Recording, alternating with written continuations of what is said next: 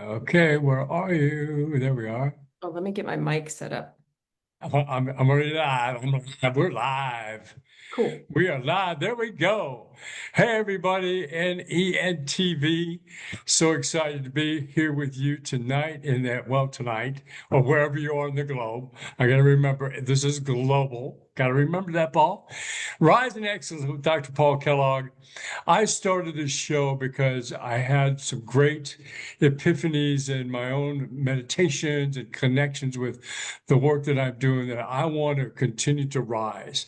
I want to continue to grow and learn more and aspire. I've had a great career, decades long, but I know there's more. I want to boldly go beyond where I've not yet gone. Many of you have heard me say that before. So that's what this show is all about, is bringing those messages out to people, having guests on that can help you feel some inspiration and hope for your own journey in excellence.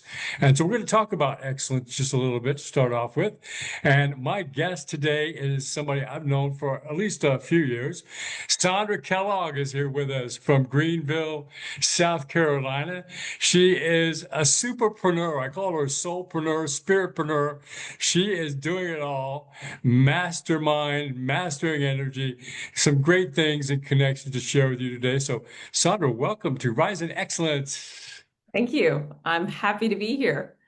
I have known you for a few years. Yes, and we've continued to soar. It continues to soar more and more and more all the time. Sondra and I are collaborators with our own Facebook group, Empowered Soul Network. She is a master senior consultant and professor with the Waitrose College. She has her own website and consulting and coaching, mentoring business that she does, as well as being a co-partner with her husband's Verity business. Just an all-around uh, lady soul on the move. So, Sandra, let's dive right into this. Let's talk about excellence just a little bit. I know for me, as I was thinking about that, it was very apparent to me that excellence is not a result. It's not some kind of an end game or a finishing where I all of a sudden now I become excellent and before I wasn't excellent. And I realized for myself that all my life I've been excellent. I'm doing the best that I know how to do. When I learn something better, I know better. And that's the energy of the journey or pathway of excellence. So it was very important to me to clarify that in my own mind because there's no pressure there. There's no energy of heaviness when I think about my learning and growing here on this great university of planet Earth. So, how do you relate to the energy, the words, the feelings of excellence? Well, I guess the first thing that stands out to me is in what you're describing is your title is Rise in Excellence. It's not Rise to Excellence, and that I know is not an accident. I feel that excellence, I mean, if I'm being authentic, I'm in my excellence.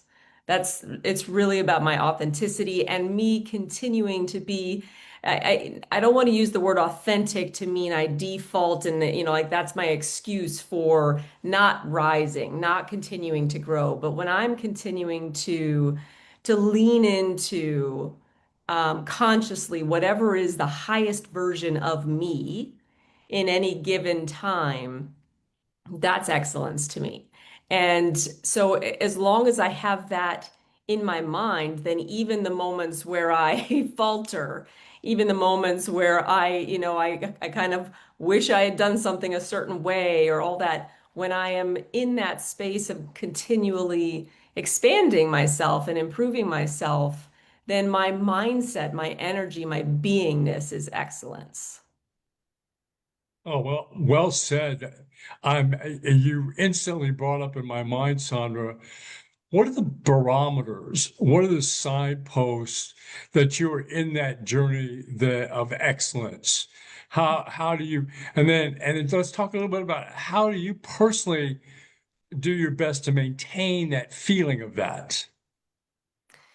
Okay, so the barometers, how I feel. How I feel. If I feel relaxed, if I feel See, for me, the idea of feeling lit and alive and relaxed are actually very much the same kind of feeling. It's not one or the other. There's a feeling of progress, and in whatever form or fashion that is, and a feeling of fulfillment in me. That's a big benchmark for me personally, is that feeling of fulfillment, that feeling of, and that fulfillment can come in so many ways. And it can come from being and doing nothing in any given moment, or it can come from me being like, I mean, you know me, right? It's not, I'm like all in, let's go, boom, boom, boom, boom, boom. But there's no urgency, there's no compulsion, there's no outer energy. It's all coming from that feeling within. So that barometer is, how do I feel? Do I feel relaxed? Do I feel at ease? Do I feel enthusiastic? Do I feel an energy rich feeling inside? Or do I feel depleted? Do I feel drained? Do I feel anxious? All of those would be the opposite of that for me.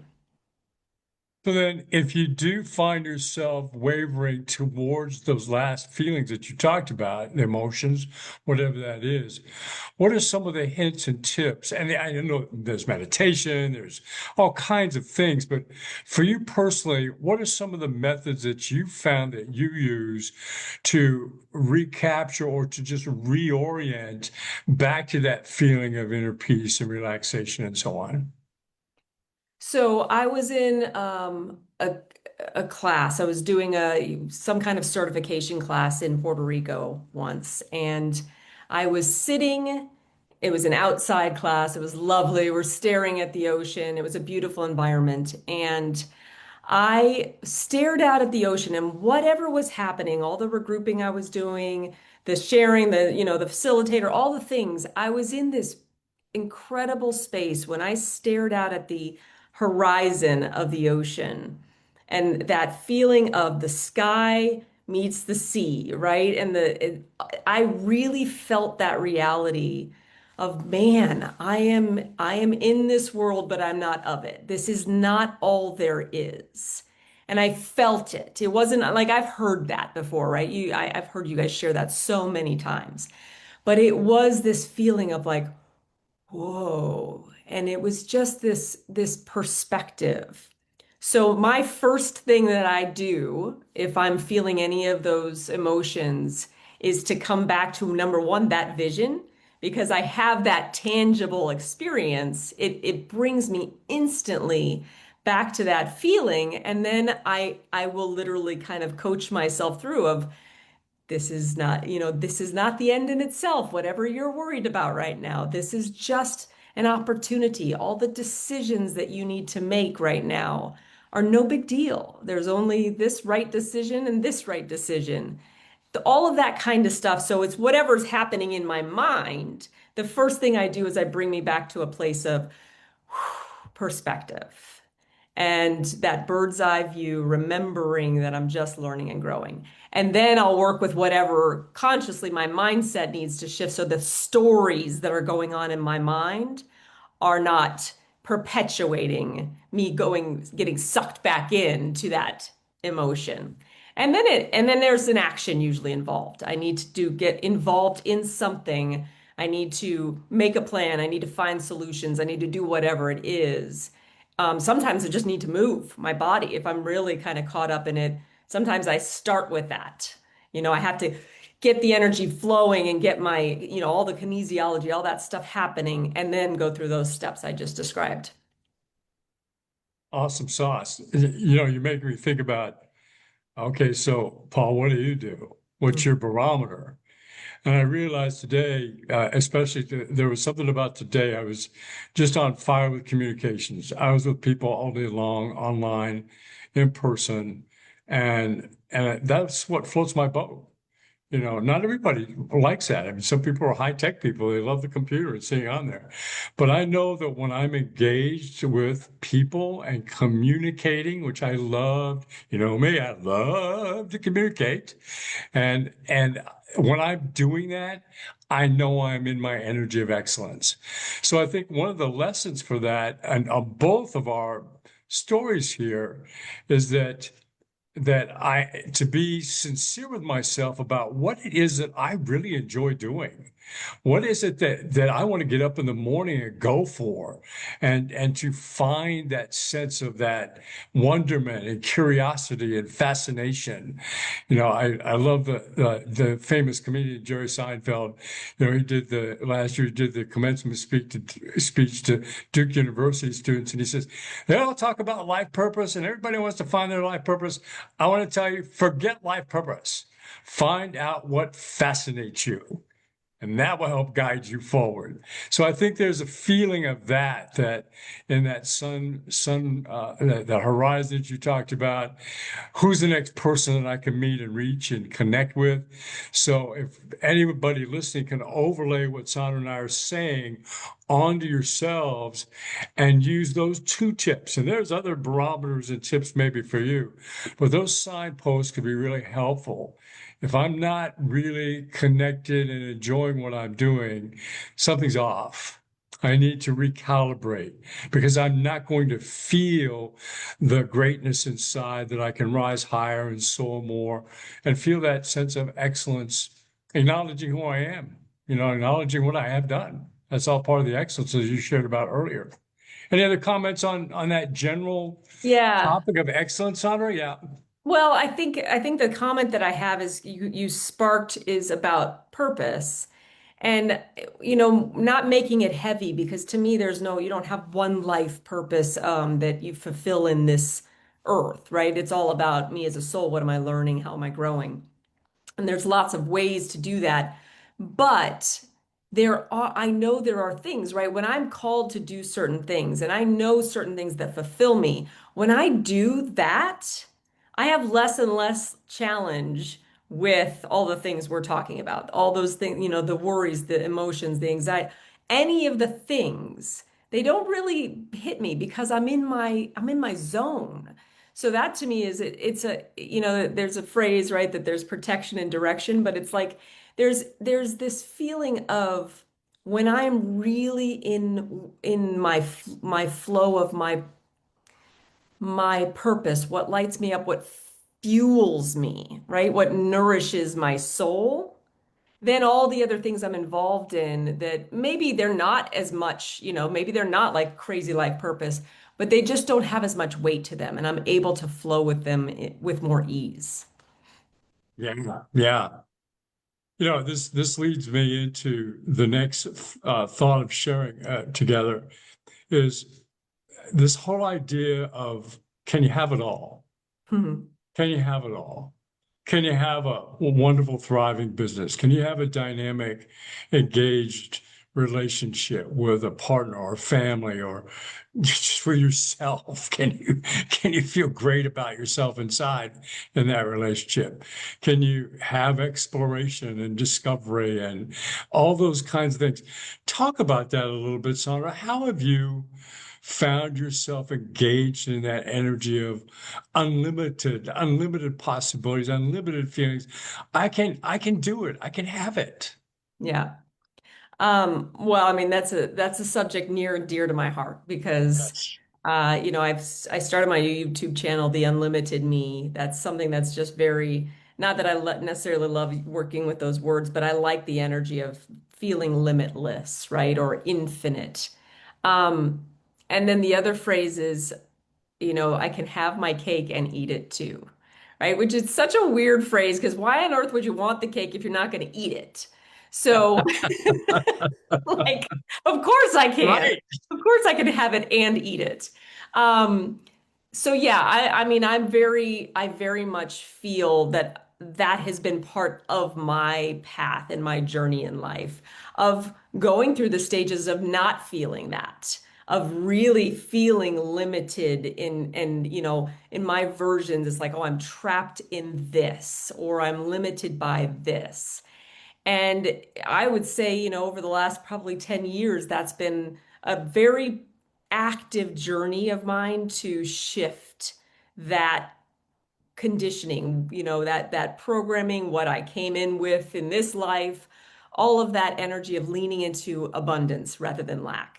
And that's really what it's about. And So, yeah, I feel like you can have all of that. To me, it's really about how involved am I in everything I'm involved in, right? So it's like that total engagement, total presence with my husband when we're together, not holding back, feeling my love, feeling my essence, connecting, making a point to actively be involved in that. Same with my kids. It's like it's not as soon as I'm pulled in other directions while I'm involved in something, then there's that feeling of lack and scarcity comes in. And then I act in that way that comes from that space. So to me, it's that the all in kind of energy. And then the other piece of that for me personally was, the different we all have our little blocks about how we get caught.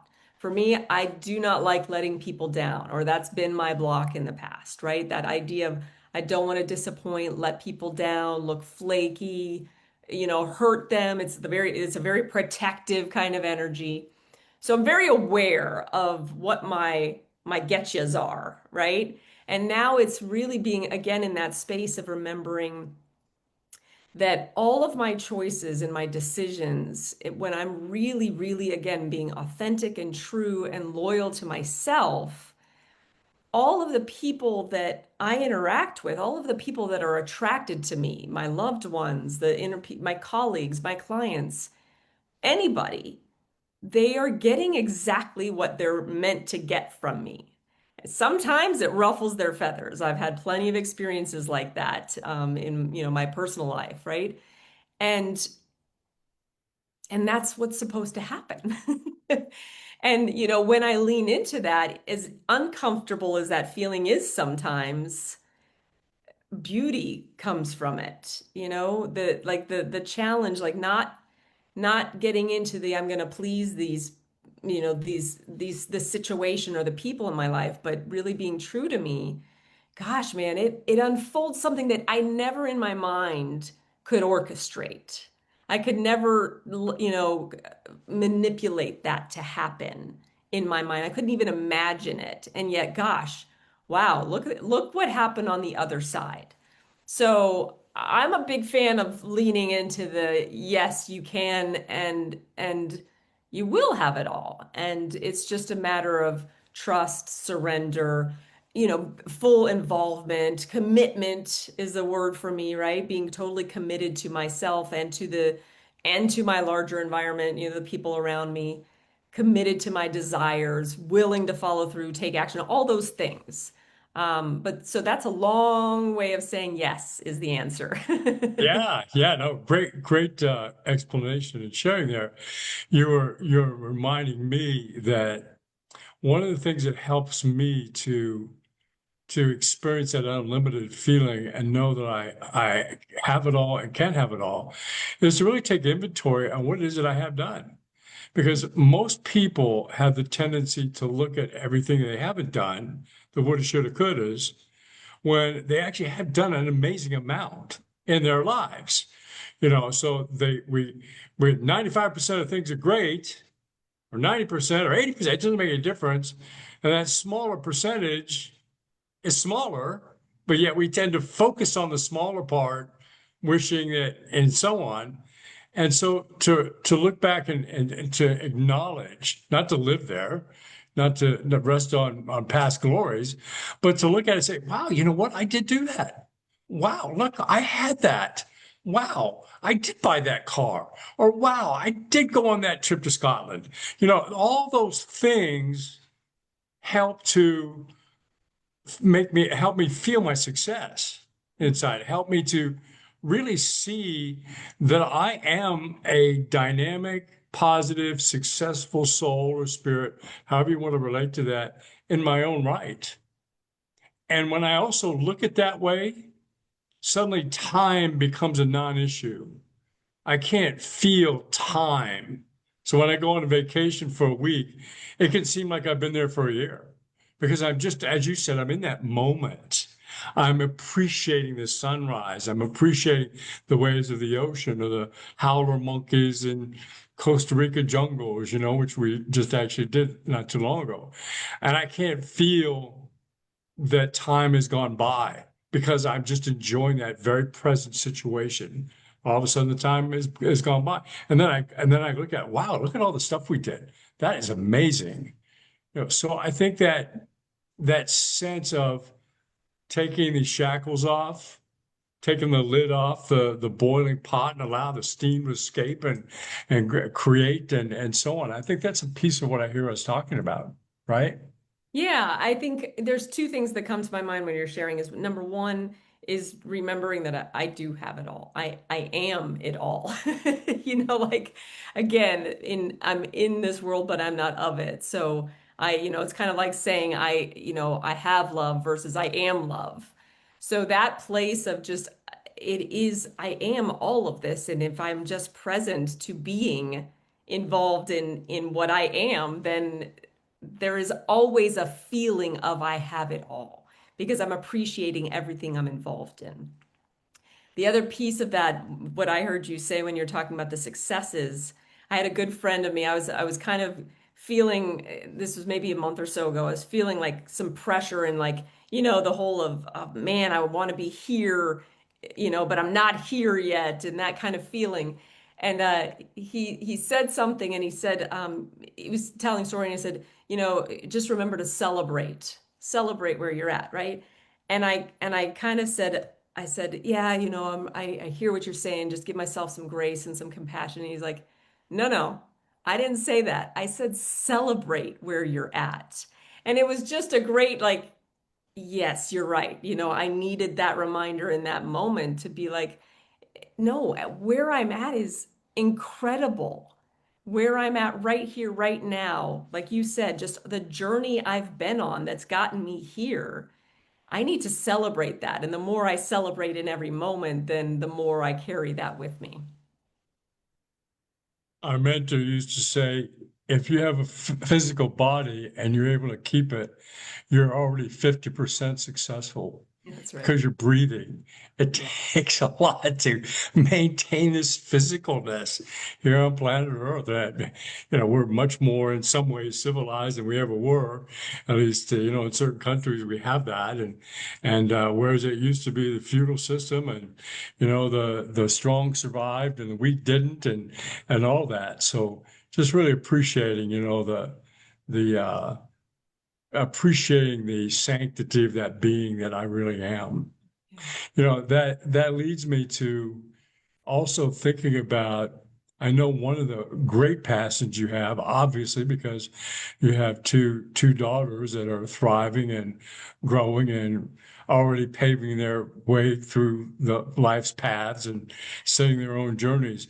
But that conscious parenting side of things, we actually had a conversation about this with some people a while back. I think we did a panel on that in the Empowered Soul Network, which you co-founded with us, and talk about that a little bit because there's so many people that are in the midst of their family, starting a family, growing a family.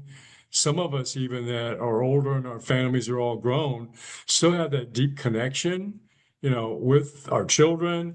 So there's a legacy, there's a lineage that everyone cares about. So we're still parents. No matter what, we're still parents. So talk about conscious parenting. What does that mean to you, and how can the ideas and concepts behind that help the people listening today? What does conscious parenting mean to me? It means to me that I'm choosing how I parent. I'm aware. I'm not doing it by default. I'm not letting other parts of my life or my energy intertwine necessarily, right? Like I'm not bringing my baggage from one place to another. It's that feeling of relating to my kids, remembering that they are also souls here learning and growing and teaching me just as much as I'm showing them. So it's just having a certain I guess, level of awareness and mindset that my goal is to just guide them. My husband and I, we remind ourselves, we're like, okay, we're raising you to be, solid adults, not good kids. That to me is really important. That has been a mantra of ours because, it's very easy to get caught in the expectations of society. And, where it's like if we're in our own house and we're working with something, that's great and we have our rules and stuff. But as soon as you get caught and feel the eyes upon you, it's easy to get out of the choices that you want to make with your kids. And so I, um, that was a mantra that really worked for us because it's like, no, I don't care if you're doing this and you're reacting this way, etc. Like, okay, let me maintain my energy. And that's actually a conversation I was having with a friend of mine this morning. She and I were talking about how our children the first question that we should ask if we're watching our children and they are be off in some way is what's going on with me? What's going on with my husband, right? That's where it starts because they will feed off of that energy.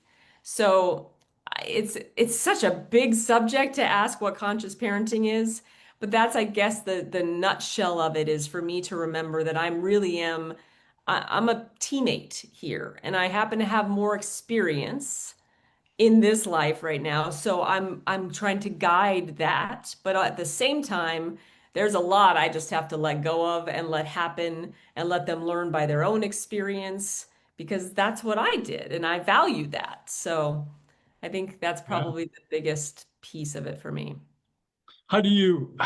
Just on what you just said, allowing things to happen at the same time having boundaries, Hmm. because they have little bodies. They Hmm. don't know what the stoplight means, all those kinds of things.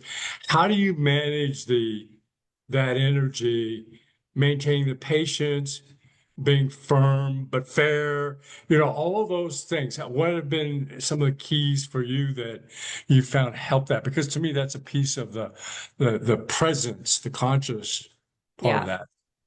I mean, maintaining it. So I'm going to work backwards because Yeah. maintaining patience, I would say, first and foremost, it does start with what space am I in already? So I really have to be it, particularly if I know I'm getting involved in a particular time of day or something that I know we always have a little bit of this with my kids. I have to be very conscious to stop and make sure my energy is really solid first. So doing the techniques that I teach and share and practice, it's really getting mindful of that. And then if I do that, then the patience is a lot easier. It just is more natural. And then also it's the biggest advice I would say that I've given myself and that I would share with others is not to make it personal because the moment I make their actions and I take it personally, or I allow myself to think that I'm controlled by what they're doing, those are the moments that I will get reactive. And so again, it's a conscious, I don't even want to say conscious, it's a continuous growth experience for me to, and as long as I keep that, then all of this other stuff, my role as mom is easier. Or it flows better from me. And then when it comes to boundaries, I mean, there is still, it's kind of like, we all have rules and regulations we follow, right? We have stoplights that tell us when we go for a reason. So that's usually the idea of boundaries for me. I'm pretty solid, I'm pretty firm in specific boundaries. And then the things I'm not, then I'm more flexible and that's okay. But to me, it's like, where do our rights begin and end, Because I'm working with you, but you're working with me too, right? And I have a timing, for example, right? There's no different, like if I have to get to work by 9 a.m., you got to get in the car by 8 a.m., right? That's just the way it works. And then there's the natural consequences that happen that if you don't. So I think clearly stating boundaries for kids is really, really important. I think any parent out there that is semi-conscious would probably be saying, yeah, that's obvious, is they need to have really crystal clear understanding of what they're where they begin and end, what the boundaries are, and the consistency of that. Um, but at the same time, I'm really a big fan, especially now that they're older. Like, I mean, they're out of that first 0 to 7 cycle, right? So they're in this older cycle. I'm a big fan of communication. And so it's like if there's something in the moment that we have to cut quickly, I'll always come back to it. I'll always come back when there's space, when if I wasn't relaxed in the moment, I'll always come back to it and say, okay, hey, let's talk about this. You know, I didn't react well to that, or but this is what was going on for me. What do you need? Like my daughter recently said we came up with a code word when I'm starting to feel frustrated, you know, because I've said something like 17 times and she's still going like that. So we came up with a code word that I could say. So we're practicing that now. So there's just always different unique ways to continue to work with that. You reminded me of visiting your sister and your niece, and your niece was preschool, Mhm. and your sister was getting ready to go to work, and the niece was not getting ready, wasn't getting her shoes on, wasn't doing this, wasn't doing that, and she kept saying, "You need to get ready. You need to get those shoes on. I'm going to work, and you're going to school." And she kept repeating that, and finally, your niece said, "No, Mom, I'm going to work and you're going to school." So the reason why I'm bringing that up is that within those boundaries, that presence, there's always going to be the testing, the Oh, pushing, the connection, because they're so aware and they want to have solutions to fulfill what they want, right? yeah. So, one of the words we kick around quite a bit in our work in our classes is the word discernment. Is sensing, using that intuitiveness to sense, is there a situation, is there a problem, et cetera. And I'm reminded and tell a brief story about you when you were in high school, and your English teacher assigned you to read the book called The American Tragedy, which is a very depressing book, right? And you refused to read it. You got through what 50 chapters, you refused to read it. Well, we got a call from the teacher, she wanted to explain, what was happening. And I guess the upshot of it was that she she said, okay, great, but you have to write an essay on why you don't want to read it. And then you also have to read a book and tell me and do a report on that. And of course, you aced the whole thing. But I remember talking to Susan about it. Is there anything we need to do here? Is there anything we need to step in on? No, not at all. You just let it go. Everything's good. It's all gotten good. You don't have to pressure Sondra to do what the teacher should said. It's good. So just that awareness of that conscious presence Yeah. of when do I move in? When do I stay out? What's in the bigger picture best interest that I need to be firm about, and so on. That's the amazing balancing act and in some ways, that's the amazing balancing act of any leadership. Yeah. Because as parents, we're all leaders. I was having a conversation earlier today about leadership, actually interviewing somebody about that who's a leadership mentor and coach. And we talked about how that leadership from within. I need to lead myself, which you were referring to as a parent. I need to be clear here. Then I can really help and guide and delegate and communicate on the outside. So great I love conversation.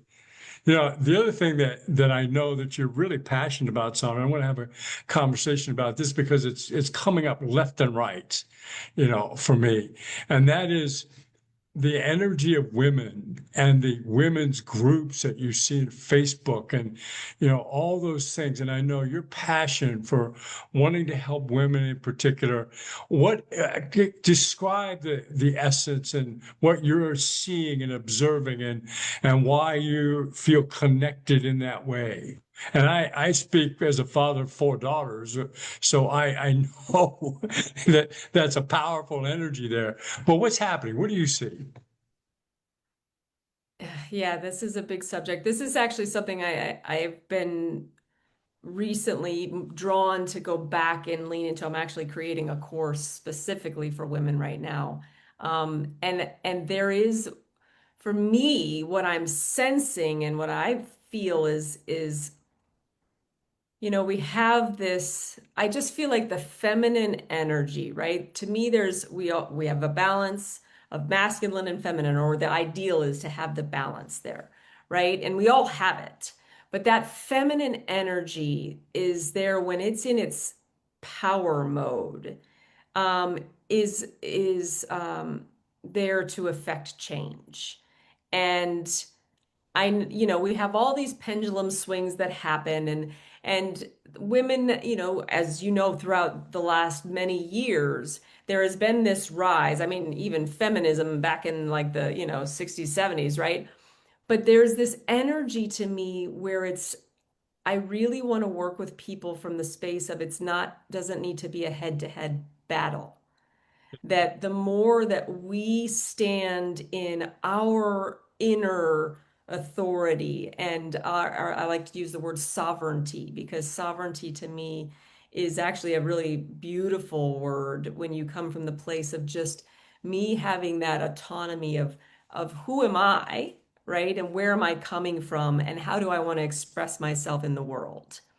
And be in that state of balance, just the inner leadership and all of that.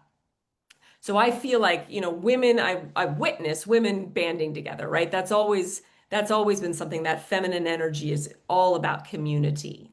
But coming from this place of really honoring and trusting ourselves and leaning into the superpowers that we have from a place of reverence and from still that powerful feminine energy. There's a phrase I love that says, the stronger you become, the gentler you will be. And that to me is the energy we're talking about, because we bring community, we bring that energy of inner power and inner authority. The ripple effect of that is inevitable and profound. So I'm passionate about leaning into that a bit, and kind of feeling that energy of the movement of that from a very peaceful place. It's kind of like Mother Teresa says, I'll go walk in a peace rally all day long. I'm not going to go walk in an anti-war rally. So it's that feeling of that. What you say are some of the qualities of that superpower of women? How would you describe some of those superpowers? I would describe it like the strength of the current rather than the strength of the waves. So it's Mm. that really, really just that that deep layer of strength and level of strength. And it doesn't need to show itself like, and it's consistent, and it's taking you somewhere. The feminine energy is gathering, it's receiving. We talk about females love to give, give, give, give, but that feminine energy is all about receiving in.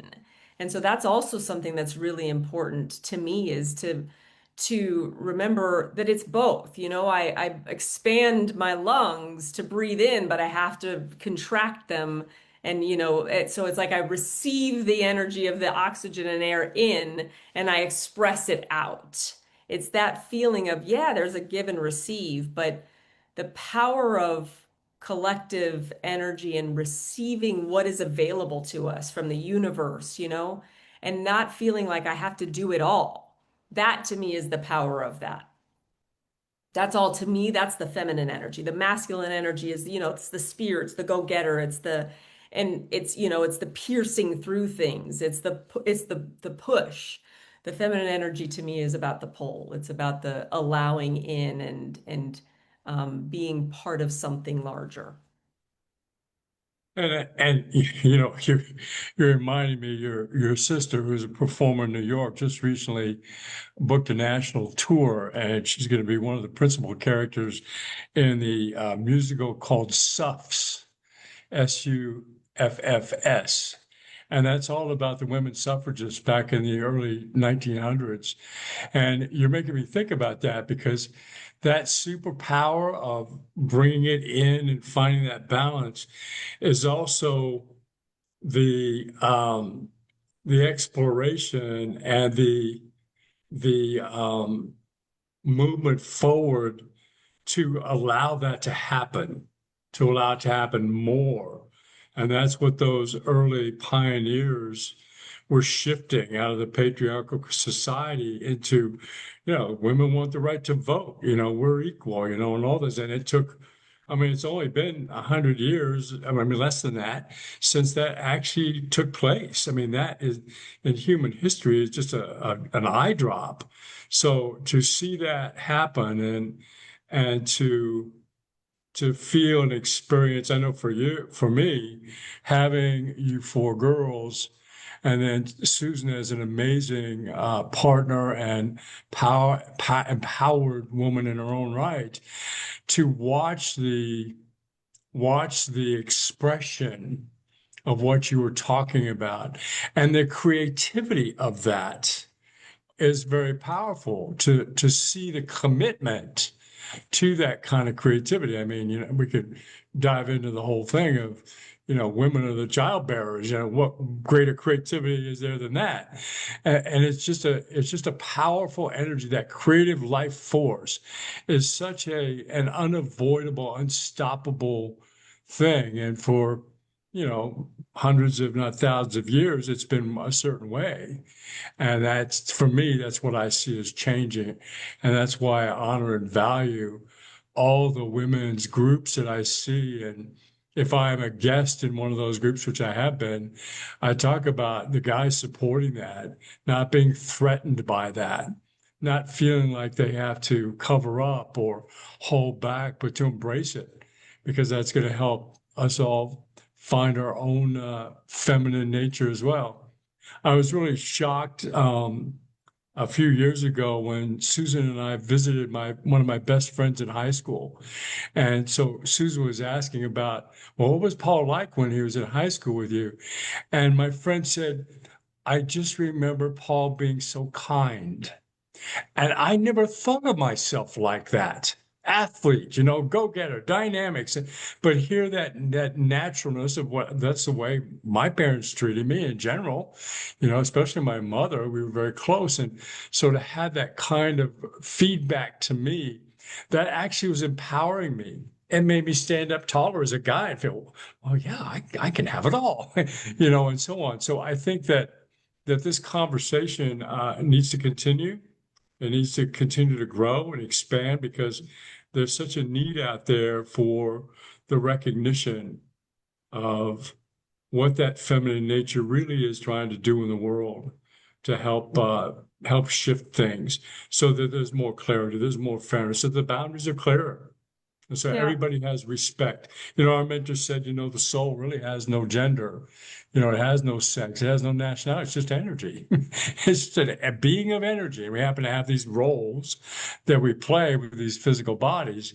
But because we're in it, we do have to respect and figure out how to navigate all that. So, And what? we Yeah. we have these bodies for a reason. So I am a woman this life for a reason. So to lean into that and that energy, I think the other superpower to me for the female energy is the collaboration. When you spoke about, like there, and so trying to meet that masculine energy by competing is actually going against my authentic nature, which is all about collaboration and building each other up and rising together. So that to me is it's like they say in the Montessori school the girls go to. It's modeling. We're going to make it an effect by being who we are trying to get to lead.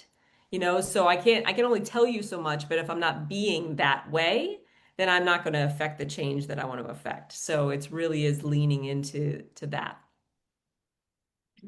Wow. Amazing conversation, Sondra. This has been awesome. I was telling somebody earlier that and talking about having you on. I said, Sondra is an amazing consultant in her own right. She does her own workshops, classes. We also collaborate on things. But I said, the nature of who we are together as people, as souls together, is you've actually given me private sessions and consultations. We've taken off the father-daughter hat, and because of your discernment and sensitivity and awareness, I could have been anybody. You would have helped them, but here you are actually being of service to me and helping me. And I think that that's the penultimate recognition and reputation, that people that are really wanting to be authentic and clear, they put aside the preconceived mindset and they just be with people and be their authenticity and be their service to anyone. And that could include a loved one that you have. Rather than trying to fix your loved one, you're just there to be supportive and give backing and support. If that's a little tip here or there, or that's a session where you put aside those roles like you and I have done, your mom has done, then how powerful is that? Just to be together, be with each other. I've already learned so much from your kids. They call me out when I need to be called out. They set the record straight. They set their boundaries, with Papu, So yeah, just the awareness. There's a much bigger picture, and to honor and value that. It's Yeah. great. Thank Any you fi any for saying final, that. yeah, any final words and as we wrap up here? Well, I just that I feel like you and Susan showed the way of that, to be able to create that soul to soul connection of being able to in that moments, that's exactly what we're seeing each other as. And yeah, I mean, I really appreciate that. I think final words, gosh, I would say just that feeling of staying in that place of abundance. Anytime I think that to me, anytime I am feeling lack, I know it's not me. I know it's not the real me because I am limitless. And so that's all just some version of conditioning.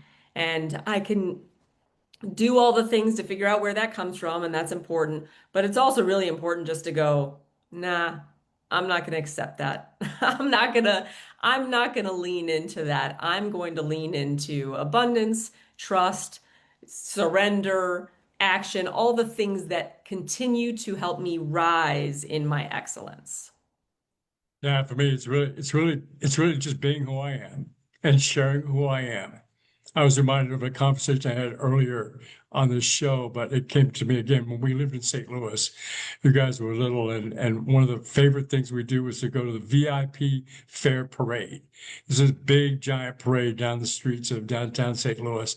The number one top most popular person in the entire parade was the pooper scooper walking behind the Clydesdale wagon.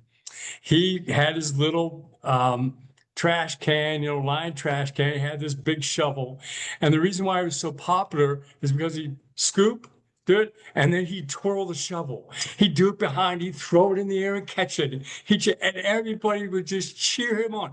Here's this guy outwardly with what you might consider a lowly job, but he was the king of the parade because he was just being and sharing himself. He had no lack of abundant feelings there in that situation. He had the total city of abundance in his hands. So I've just remembered that as we wrap up here, whatever your level of excellence is, just be it, share it, twirl your shovel, enjoy picking up the dog stuff out in the yard, whatever it is, just enjoy and have a lot of fun. Sondra, how can people reach out and get connected with you?